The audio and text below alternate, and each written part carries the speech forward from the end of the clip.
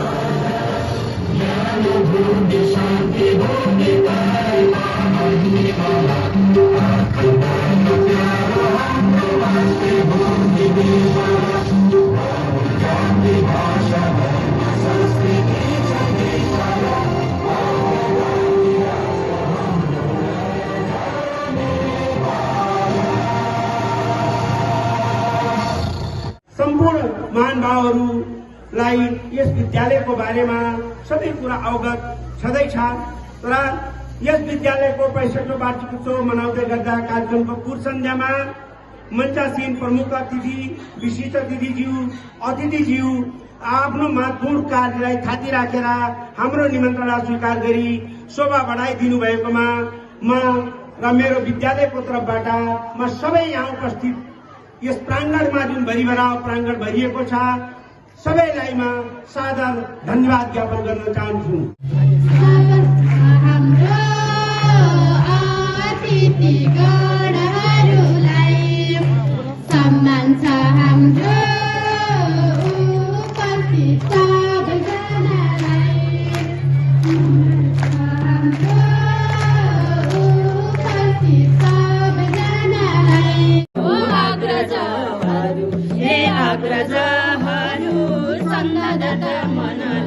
हाम्रो निम्तो स्वीकार गरी आउनु हुने जनलाई, हाम्रो निम्तो स्वीकार गरी आउनु हुने जनलाई। मेरै सिप नभई हरेक घरको बल्दैन चौको चुलो, मेरै जीवनको खलाती नघुमी बग्दैन गैरी कुलो, मेरो यही तनको सुगन्ध पसिना फैलन्छ बस्ती भरि, मेरै धड्कनको तरङ्ग बटुली गुन्जिन्छ बाजा पनि, मेरा रक्त नली भएर बहने एउटै नहो त्यो खुन, कहिलेदेखि यहाँ सीमा सुरु भयो मान्छे अछुतो हुन, मैले मानिस नै बनु भनिरहे मान्छे सिमाना भरि, थोत्रा बन्धनको विचार बदलौ वैषम्य चिर्ने गरी, बान्ता गर्दछ जो अराजक यहाँ जातीय आगो भनी, चुस्ने कोसिसमा अझै पनि छ त्यो किर्ना जुका झै बनी ठेग्नै भार भयो विभेद अनि पो आगो समात्दैछु म साह्रै मार पर्यो रूढी नियमको अस्तित्व लड्दैछु म तिम्रा आँगनदेखि भित्र भुइँमा कुन ठाउँ भेटिन्न म तिम्रा स्वत्तर घाँस दास वनमा कुन ठाउँ देखिन्न म तिम्रा पूर्वजदेखि सन्तति सबै पर्छन् ममै निर्भर यहाँको परम्परामा एकरूपता पाइँदैन। यस समुदायमा बसोबास गर्ने सम्पूर्ण जात जातिहरूको भाषा भने नेपालीमै रहेको पाइन्छ। सामाजिक रूपमा भेदभाव रहित समाजको रूपमा जुटेको पाइन्छ।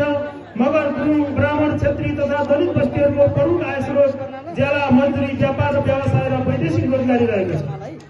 शिक्षा मानिसको जीवन निकै नै अनिवार्य भएको छ। नेल्सन मण्डेलाको अनुसार शिक्षा एउटा समस्त हतियार हो जसले विश्व बदल्न सक्छ। तर यो शिक्षाको सुरुवात कहाँबाट हुन सक्छ त? शिक्षा प्राप्त गर्नको लागि मानिसहरूको सबैभन्दा पहिलो कदम भनेकै विद्यालय हुनेछ। र आज हाम्रो विद्यालयले विभिन्न विद्यार्थीहरूलाई विश्वको कुना कुना ठाउँमा पुर्याई माथिल्ला माथिल्ला पदमा पुर्याई उनीहरूलाई शिक्षा प्रदान गर्दै आज 65 वर्ष पुरा गरिसकेको छ।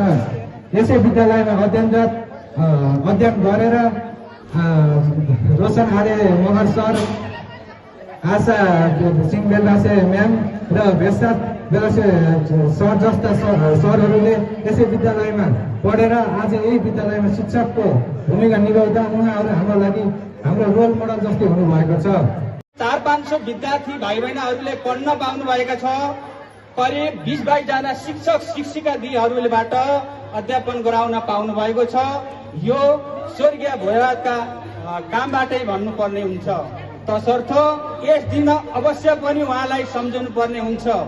यस विद्यालयमा पढ्ने सम्पूर्ण भाइ बहिनीहरूले असाध्यै मेहनतका साथ इमानदारी पूर्वक यस शिक्षालाई आफ्नो महत्त्व बुझेर आफ्नो एकदम उज्जवल भविष्यमा एउटा ठुलो सोच राखेर प्रगति गरौँ। 60औं वार्षिक उत्सव मनाइरहँदा हामीहरू निकै हर्षित छौँ। यो विद्यालयलाई यहाँसम्म ल्याउने विभिन्न यस क्षेत्रमा जन्मनुभएका पुर्खाहरू, विभिन्न क्षेत्रबाट काम गर्दै आउनुभएका सबै महानुभावहरूप्रति म सम्झन चाहन्छु। यो विद्यालय हाम्रा पुर्खाहरूले मिहिनेत गरेर यहाँसम्म ल्याउनुभयो र यो अवस्थामा ल्याउनु भएको छ। यसमा हामी निकै खुसी छौँ। हाम्रो सार्वजनिक विद्यालयहरूको यो उन्नयनको लागि अब कसले कति भूमिका निर्वाह गर्नुपर्ने, पालिकाको भूमिका के, समन्वय इकाइको भूमिका के होइन। अब अहिले हाम्रो सङ्घीय संरचनामा गइसकेपछि हामीले अब हाम्रा ऐन कानुन के कसरी चाहिँ सहजीकरण गर्नुपर्ने तपस्या गर्नुका विषयहरू छन्। उहाँहरू कसैको जे आउँछ त्यहाँ सोखे, जे आउँदैन र पनि एकदम आफ्नो तरिकाले चलिराख्नु भएको छ। यो नै हाम्रो सबैभन्दा ठुलो एउटा सकारात्मक पक्ष हो, बलियो पक्ष हो।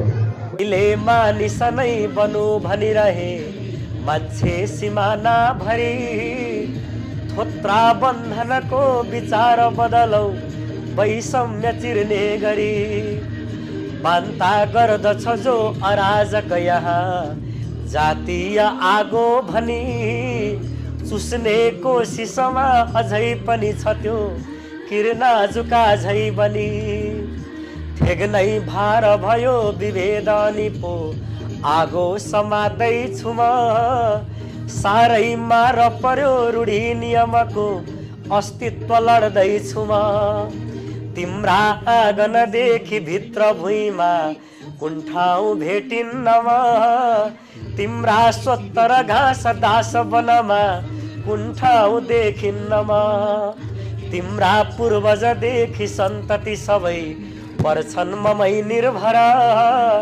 तिम्रो जीवनको समस्त पलमा कहिले म आउन्न र